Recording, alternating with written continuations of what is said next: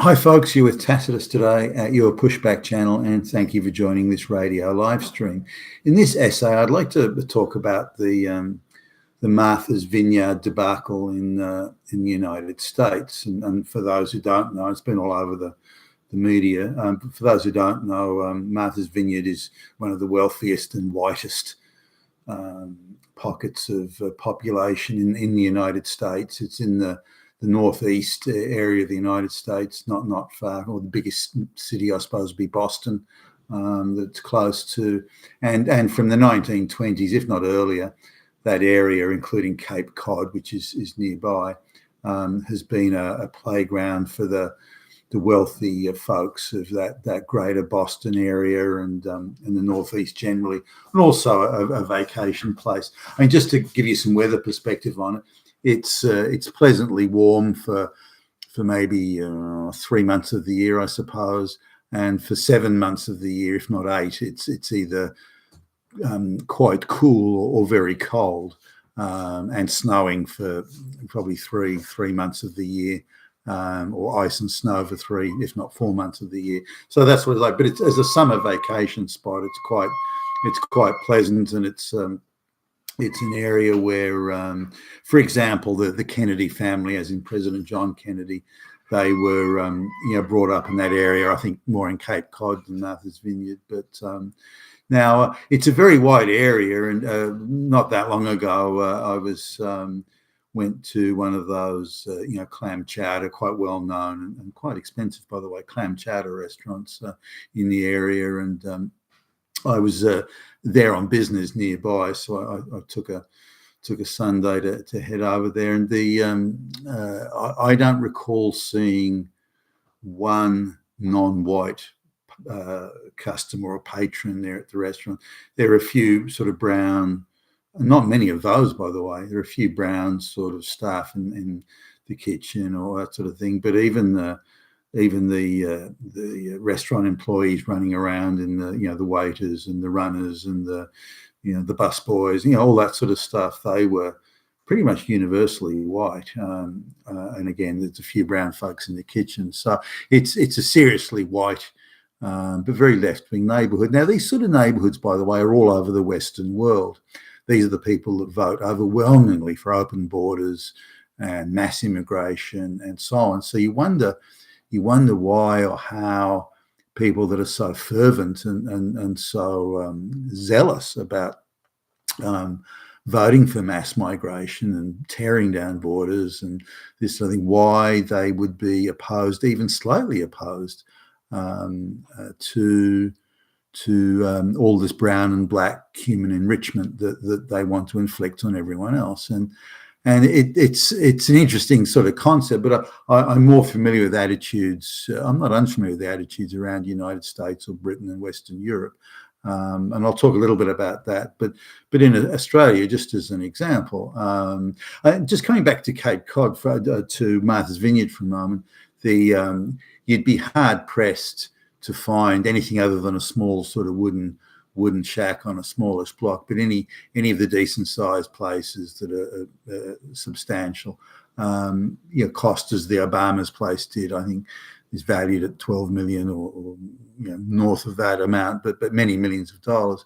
But I think the entry level price, as I understand it, for Martha's Vineyard is around $1 million. It's not a very convenient place because there are not a lot of facilities on the island, as in masses of supermarkets and huge shopping centres, things like that. So if you want to sort of get around, it's an island, so you have to take a ferry, or maybe if you're well-to-do, you've got a private plane, which a lot of people have. A lot of the well-to-do have there, or your own motor launch or yacht or something like that. So it's kind of not an easy place to get.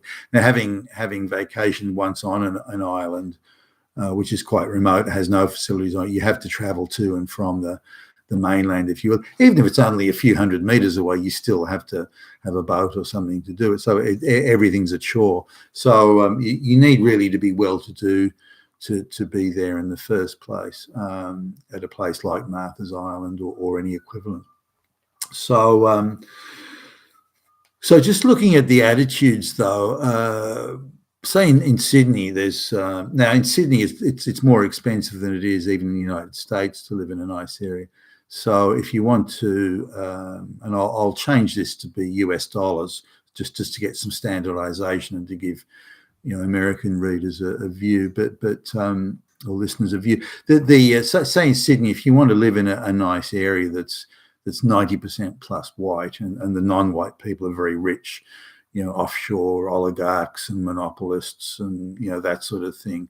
So you're looking at a smattering of Chinese Communist Party generals, government heavies, rich Brahmins from India, and the smattering of rich people from the super rich elite from even third world countries. Even dirt poor places like India and Pakistan and Indonesia, they've still got their absolutely filthy rich people who come over and buy property all over the Western world. So and the same here in Sydney. There's a very rich Pakistani guy who were well connected in the elite, and he spent over $20 million just recently buying up a place. So you do get these rich people, but there's not many of them. So you'd be looking at the very outside, sort of 10% of the people in the very rich suburbs would be non-white, and many of those are simply absent landlords. They've got an investment there, and maybe they'll stick a few relatives in there to sort of watch out for the place and do the garden and that sort of thing. But you just don't see them. And by the way, there's the Communist Party general sort of guys. They pretty much keep to themselves.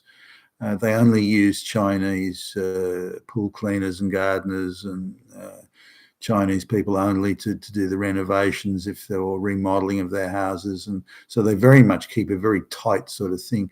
You don't see white people going to and from the house. They're fairly quiet. They're not really noisy. You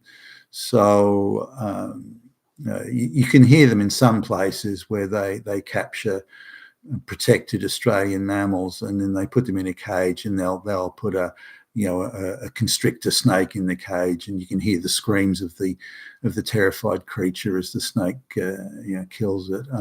They get those, and they bring over their friends and have a good night of merriment on that. But other than that, they're fairly quiet, and again keep to themselves. But the entry level prices for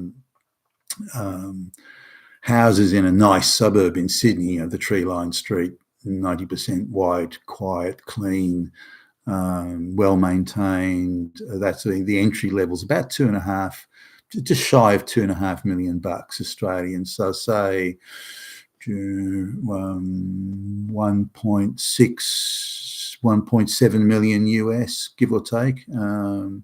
So that's on the current exchange rates, by the way.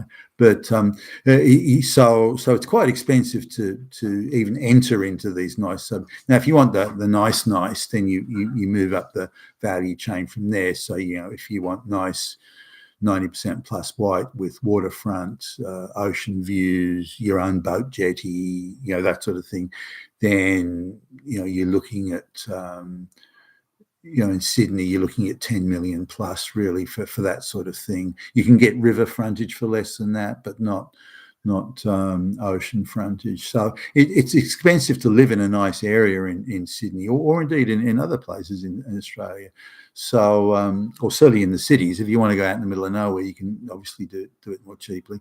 But this is just how it is, and the people that live in these areas.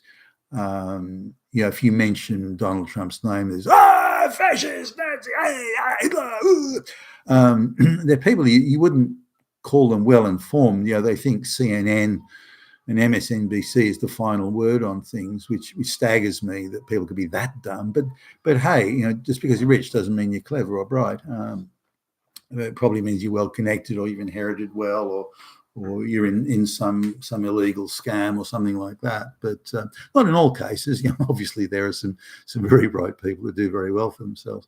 But the people who live in these areas are not well informed. They've got very narrow views on things, and they universally assume that mass migration of illiterate brown and black peasants to the West is a good thing. Why is it a good thing? Well, they don't know. They can't even tell you why. It just is. And so they have this strange sort of article of faith in that it just is good. Why? They don't know. The same as climate change is ending the planet. We're all going to die and all this sort of thing. Well, how will that happen? Why have you just bought waterfront property if we're all going to be underwater in a few years? And they look at you sort of blankly and go, well, or you get the response by merely asking that question, you must be Hitler. So they don't know why, yet they support these things with fervent zeal, such as the climate change agenda, such as mass migration, which, by the way, are both globalist, very central to the globalist project around the world, or around the Western world at least. So, but if they have to put up with any of the issues that are as in we saw in Marthas Vineyard, if these elites anywhere in the world have to directly themselves put up with these things, such as all this brown and black enrichment and defecating in the street and vulgar catcalling of women who've come back from their yoga classes and that sort of stuff, then they don't like it. They don't like that part. So what part of mass migration do they actually like? Because if you ask them, well, do you want to give up your house and give it to, an Afghan refugee, or do you want to, give it to somebody from some black person, from illiterate peasant from Haiti with an IQ of 80?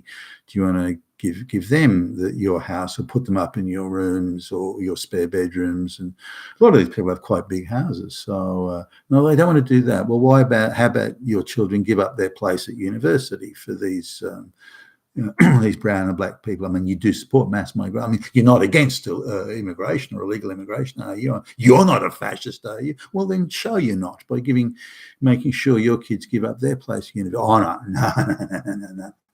That's for other people to do. Well, we don't have to give up anything. Our virtue is to agree with the mass migration, but it's not that we should suffer in any way or have to give up anything in any way or tolerate anything. We don't want these low-life feral people in our neighbourhood.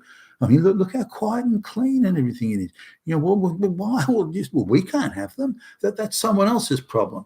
Now, when they sort of talk about these people with a degree of the elites talk about a degree of dismissive condescension, they do actually, if you press them, accept that these are illiterate peasants from the third world. They will accept that if you sort of push them a little bit. But having agreed that's what these people mostly are, then say, well, these illiterate peasants should hang around with our own illiterate peasants. So they should go to the poor areas where our own peasants live in our country, not pollute or upset the delicate balance of beauty and harmony in the elite neighbourhoods. So this is very much their mentality, and it's all around the place. And you'd be hard pressed amongst the well-to-do to find anyone who would say or voice or indicate any sort of support for limiting mass migration.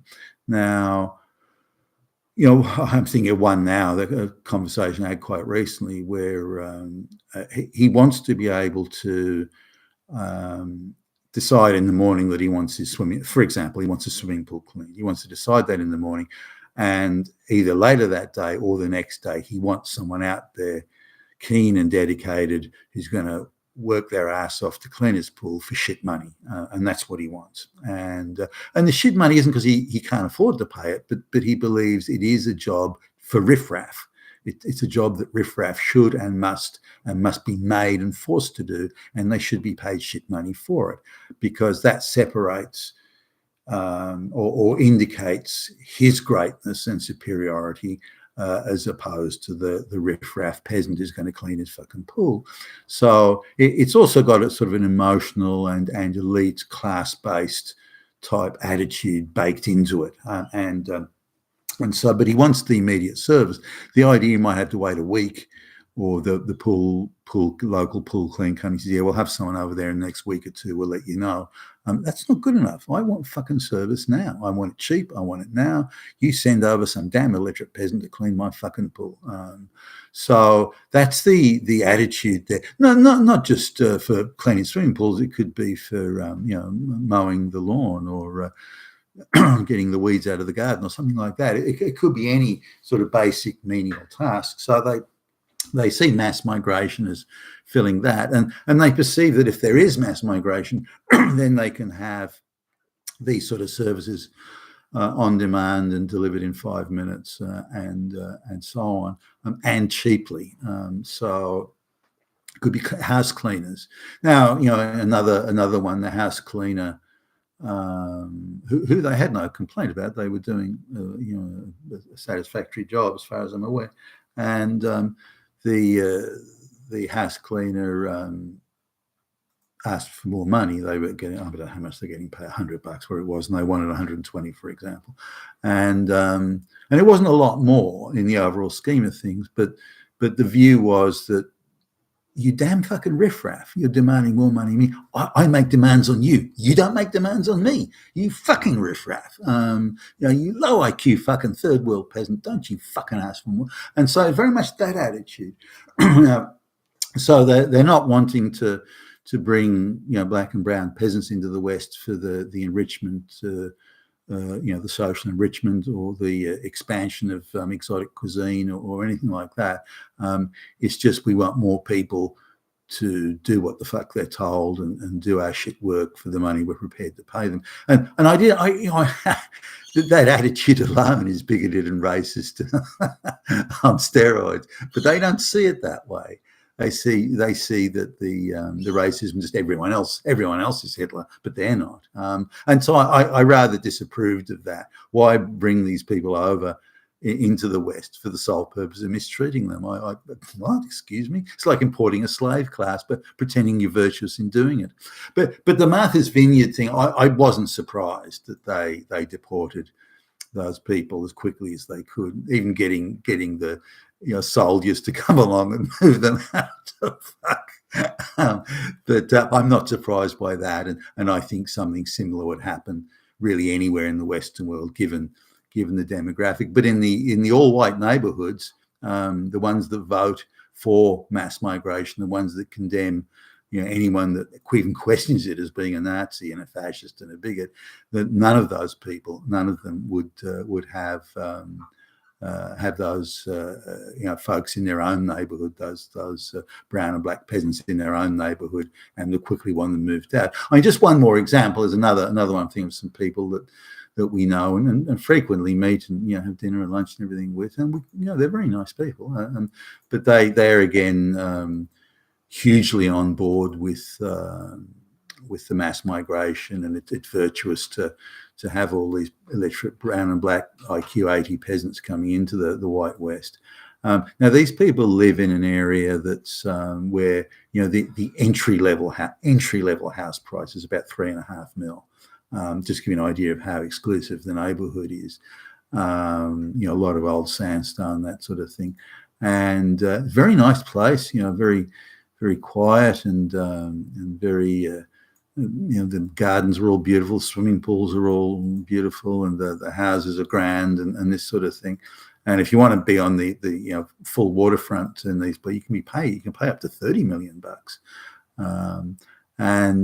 But these folks had just a few doors down from them a